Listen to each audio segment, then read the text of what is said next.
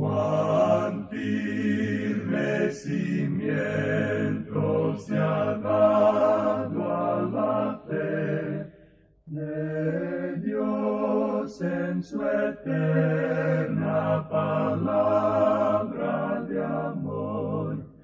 Con el propósito de compartir con usted las inmutables verdades de la palabra de Dios, presentamos A través de la Biblia, un estudio detallado y sistemático de toda la Biblia que le ayudará a conocer lo que Dios ha revelado para nuestro provecho espiritual.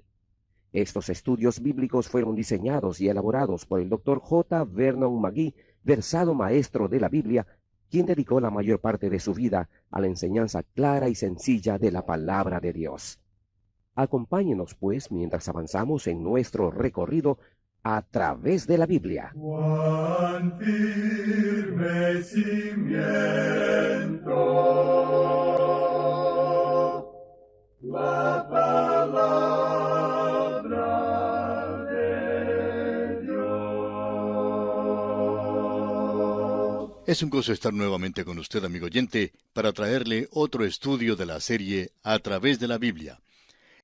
Continuamos hoy nuestra marcha por el libro de Joel y comenzaremos nuestro estudio en el capítulo 2, versículo 4.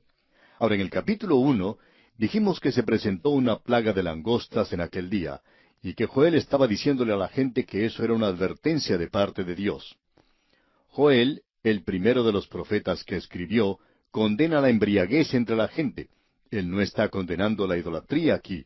Aparentemente no había comenzado aún, y él es el profeta para el reino del sur, el reino de Judá. Ellos aún estaban yendo al templo, por lo menos estaban mostrando exteriormente cierta forma de adoración en esa época en particular. Pero el profeta, en su primer capítulo, describe esta gran plaga de langostas. Nunca ha habido nada como eso. Era un juicio de parte de Dios. Luego él comparó esa plaga de langostas a un día que vendría, al cual él llamó el día de Jehová. Ya que él fue el primero de los profetas que escribió, él colocó, por así decirlo, como una barrera alrededor de ese período. Comienza de noche, comienza con el período de la gran tribulación que está en el futuro todavía, y será concluido al fin del milenio, cuando Cristo ponga fin a la rebelión final y comience el reino eterno. Así es que el día de Jehová comienza de noche y luego avanza hacia el día. Comienza con la gran tribulación y avanza hacia el reino milenario. Ahora, en el capítulo 2, como indicamos en nuestro programa anterior, tenemos una maravillosa mezcla presentada por el profeta de la plaga de langostas que entra al día de Jehová. Hay ciertas similitudes y también, por supuesto, hay ciertos contrastes. Pero él hace una tarea maravillosa de combinar uno con el otro. Es decir, que ha sido y será el método de todos los profetas que escriben, como hemos visto anteriormente, aquellos a quienes se les ha llamado los profetas mayores. Y Oseas fue otro ejemplo de eso también. Dios tomó una situación local, y cada profeta tenía que dar a una situación local. Ahora, comenzando con el versículo 4 de este capítulo 2 de Joel, el profeta describe esta plaga de langostas, y está comenzando a hacer una aplicación al día de Jehová. Y él dice en los versículos 4 al 6, su aspecto como aspecto de caballos, y como gente de a caballo correrán. Como estruendo de carros saltarán sobre las cumbres de los montes, como sonido de llama de fuego que consume hojarascas, como pueblo fuerte dispuesto para la batalla. Delante de él temerán los pueblos, se pondrán pálidos todos los semblantes. Es decir, que todo será quemado. Y el versículo 7 dice, como valientes correrán, como hombres de guerra subirán el muro, cada cual marchará por su camino y no torcerá su rumbo. El escritor de los Proverbios nos dice que las langostas avanzan como en un ejército, pero que no tienen rey, no tienen ningún líder y no necesitan un líder. Aparentemente cada uno conoce su propio lugar. Y vinieron en forma de bandas de un ejército, y creemos que cuando él describió aquí 4 grupos diferentes de langostas, lo que está describiendo en realidad es el movimiento de grandes ejércitos. Y aquí tenemos a un ejército de langostas. Ahora, en los días postreros vendrá contra esta tierra otro ejército y será como una plaga de langostas. Aquí se nos dice eso, y eso nos sirve de preparación para lo que Juan dirá más adelante al escribir el libro de Apocalipsis. Él nos va a hablar en cuanto a una plaga de langostas que tendrá lugar en esa tierra durante la época cuando se toque la quinta trompeta. Es en realidad el primer ay. Nosotros opinamos que aquí estamos en medio del período de la gran tribulación con todos sus horrores. Leamos Apocalipsis capítulo 9, versículos 1 al 4. El quinto ángel tocó la trompeta, y vi una estrella que cayó del cielo a la tierra, y se le dio la llave del pozo del abismo, y abrió el pozo del abismo, y subió humo del pozo como humo de un gran horno, y se oscureció el sol y el aire por el humo del pozo. Y del humo salieron langostas sobre la tierra, y se les dio poder como tienen poder los escorpiones de la tierra, y se les mandó que no dañasen a la hierba de la tierra, ni a cosa verde alguna, ni a ningún árbol, sino solamente a los hombres que no tuviesen el sello de Dios en sus frentes. Note usted, se les mandó que no dañasen a la hierba de la tierra, ni a cosa verde alguna. Aquí tenemos a una langosta bastante diferente. Las cosas verdes son las que las langostas atacan normalmente. Ellas no atacan a los seres humanos. Ellos han atacado todo aquello que es verde y dejan sin ninguna hoja aquello que antes era verde y hermoso. Y ellas avanzan poderosamente y destruyen todo a su paso. Y aquí tenemos a estas langostas que no van a dañar nada que sea verde. Dice, y se les mandó que no dañaran a la hierba de la tierra, ni a cosa verde alguna, ni a ningún árbol, sino solamente a los hombres que no tuviesen el sello de Dios en sus frentes. Y les fue dado no que los matasen, sino que los atormentasen 5 meses, y su tormento era como tormento de escorpión cuando hiere al hombre. Y en aquellos días los hombres buscarán la muerte, pero no la hallarán, y ansiarán morir, pero la muerte huirá de ellos. Será una época tan terrible, amigo oyente, que los hombres buscarán morir, pero no podrán hacerlo. Es decir, que no podrán suicidarse. Ahora, en el capítulo 9 de Apocalipsis, versículos 7 al 11, dice aquí, el aspecto de las langostas era semejante a caballos preparados para la guerra. En las cabezas tenían como coronas de oro, sus caras eran como caras humanas, tenían cabello como cabello de mujer, sus dientes eran como de leones, tenían corazas como corazas de hierro. El ruido de sus alas era como el estruendo de muchos carros de caballos corriendo a la batalla. Tenían colas como escorpiones y también aguijones, y en sus colas tenían poder para dañar a los hombres durante 5 meses. Y tienen por rey sobre ellos al ángel del abismo, cuyo nombre en hebreo es Abadón y en griego Apolión. Amigo oyente, este tipo de langostas del cual se nos habla en los primeros 11 versículos del capítulo 9 de Apocalipsis, que acabamos de leer, es algo muy fuera de lo común. Y eso tendrá lugar durante la gran tribulación. Usted puede apreciar entonces a Joel muy allá al principio mismo de los profetas que han escrito. Joel prepara el terreno para que Juan venga más adelante y nos dé una descripción detallada de todo esto. Esa es la razón por la cual opinamos que hoy es trágico para alguien que se convierta y luego comience una clase bíblica. Hay tantos que están haciendo esto hoy. Ellos comienzan una clase bíblica y lo sorprendente es que comienzan a enseñar el Evangelio de Juan o comienzan a enseñar el libro de Apocalipsis. A nuestro juicio, allí no es donde uno debe comenzar con los nuevos creyentes. Esa es la razón por la cual decimos que se debe comenzar con el libro de Mateo. Creemos que Mateo es un libro clave para la Biblia, y mientras uno no llegue a comprender a Mateo, no creemos que uno pueda llegar a comprender el mensaje de Juan. Y sabemos que uno pierde el mensaje completo del libro de Apocalipsis. Por esa razón, amigo oyente, podemos apreciar a Joel, ese pequeño profeta que ha sido ignorado tanto, y es algo esencial para entender el libro de Apocalipsis. ¿Le parece a usted, amigo oyente, que somos dogmáticos cuando hablamos así? Bueno, esperamos serlo, amigo oyente, porque queremos que usted sepa que somos dogmáticos en cosas como estas, y si no podemos ser dogmáticos, entonces lo diremos. Pensamos que hoy la palabra de Dios necesita ser enseñada con autoridad.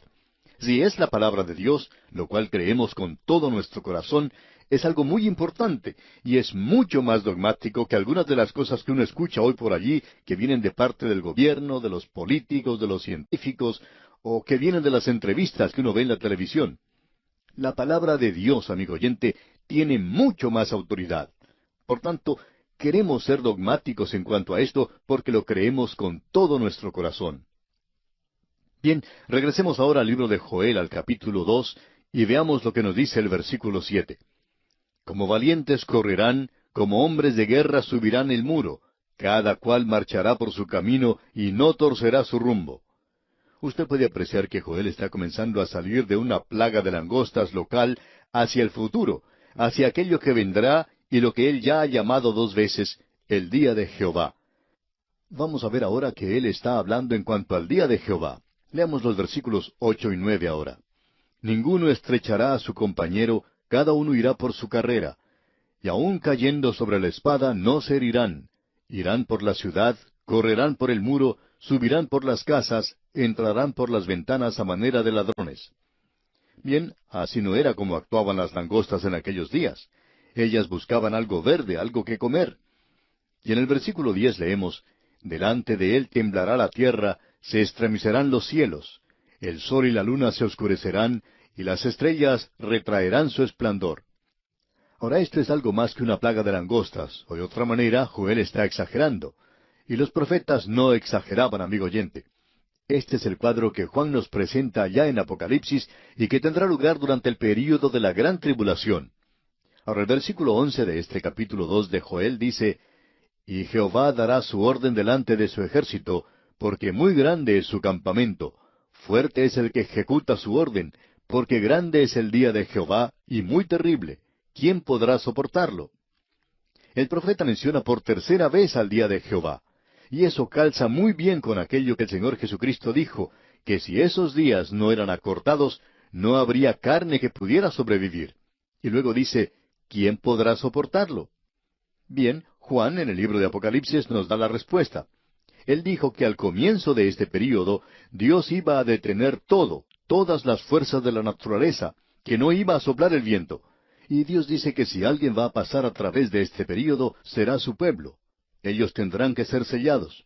Y Él selló a 144,000 de la nación de Israel, pero habrá una gran compañía de gentiles que podrán pasar a través de ese período. Aquí tenemos entonces una buena pregunta presentada por Joel, quien dijo, ¿quién podrá soportarlo? ¿Soportar qué? Soportar el día de Jehová. Y él ya ha dejado en claro que el día de Jehová comienza con la oscuridad, como el día hebreo, con la caída del sol. Podemos soportar o aguantar durante la noche, pero el gozo viene en la mañana. Y así es como Dios hace las cosas. Llegamos ahora al versículo 12. ¿Qué es lo que puede hacer el pueblo de Dios o qué puede hacer un pecador en un período como este? Bueno, en el versículo 12 de este capítulo 2 de Joel leemos, Por eso pues ahora dice Jehová, convertíos a mí con todo vuestro corazón, con ayuno y lloro y lamento. Dios está diciéndole a su pueblo que se había apartado de él, que se arrepienta. ¿Qué es lo que quiere decir con convertirse o arrepentirse? Bueno, el arrepentirse no significa primordialmente el derramar lágrimas. Eso es un resultado nada más. El arrepentirse significa el cambiar su forma de pensar, y luego usted indica que ha cambiado su forma de pensar dando una media vuelta. El autor de estos estudios bíblicos, el doctor J. Vernon McGee, contaba que en cierta ocasión él fue a visitar a un hombre que había sido como un padre para él.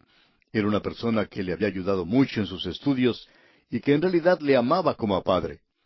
En cierta ocasión fue a visitarle al banco donde él trabajaba y le contó algo que había pensado, y este hombre le hizo saber a él que lo que había presentado no era una idea muy buena, y se lo dijo de una manera muy clara. Ahora eso hizo que el doctor McGee se enojara y salió de la oficina de ese hombre rápidamente. Pero cuando llegó a la puerta del edificio, él pensó, bueno, eso no está bien. Yo le debo a este hombre mucho. Así es que él dio media vuelta y regresó. ¿Sabe por qué regresó el doctor McGee? Porque él pensó en su corazón que era algo que debería hacer. Cuando regresó a la oficina de ese hombre, vio que lágrimas estaban corriendo por sus mejillas. Ahora, ¿qué fue lo que hizo el doctor McGee? Él se arrepintió. Se arrepintió de lo que había hecho y lo manifestó dando media vuelta y regresando. Ahora Dios aquí está diciéndole a su pueblo, convertíos a mí con todo vuestro corazón. Es decir, que tenían que arrepentirse. Y el resultado de eso será el ayuno y el lloro y el lamento. Ese es el resultado de la conversión. Hay muchas personas que piensan que si uno puede ir hasta el frente de la iglesia y derramar algunas lágrimas, que ya se ha convertido. Algunos de nosotros hemos pasado por eso y sabemos que no tiene ningún significado. Ahora el profeta sigue hablando y nos dice algo maravilloso aquí en el versículo 13 de este capítulo 2 de Joel.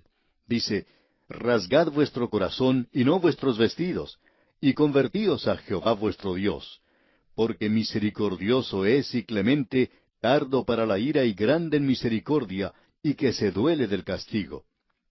Esta tiene que ser una experiencia del corazón, no de sus vestidos. En realidad al sumo sacerdote se le prohibía que rasgara sus vestidos. Uno no demuestra eso siendo un fanático. Debía rasgarse el corazón. Dice, y convertíos a Jehová vuestro Dios. Eso es arrepentimiento. Bueno, veamos lo que dice el resto del versículo 13. Porque misericordioso es y clemente, tardo para la ira y grande en misericordia, y que se duele del castigo.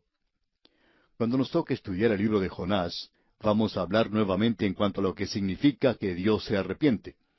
Eso lo vimos ya allá en el libro de Éxodo. Dios nunca cambia su forma de pensar, amigo oyente. Dios es inmutable. Dios nunca cambia. Pero Dios, cuando le ha dicho al pecador que se arrepienta y se vuelve a Él, Dios le dice, yo te voy a juzgar, pero tú ahora te has vuelto a mí y no te voy a castigar. ¿Por qué? Porque misericordioso es y clemente, tardo para la ira y grande en misericordia, y que se duele del castigo. Parecería que hubiera cambiado su forma de pensar, pero Él no ha hecho eso, porque Dios siempre es bueno y siempre es misericordioso. Eso es lo que parecía suceder en Egipto, que Dios había cambiado su forma de pensar. Sin embargo, Dios no había cambiado su forma de pensar. Él continuó enviando las plagas a los egipcios. Y en cuanto a la ciudad de Nínive, Dios dijo que la iba a destruir, pero no lo hizo. ¿Qué sucedió? Nínive se arrepintió y se volvió a Dios, y parecería que Dios hubiera cambiado porque había dicho que iba a destruir esa ciudad. Pero amigo oyente, usted ve que Dios no lo hace. Ahora, ¿por qué no lo hizo Dios?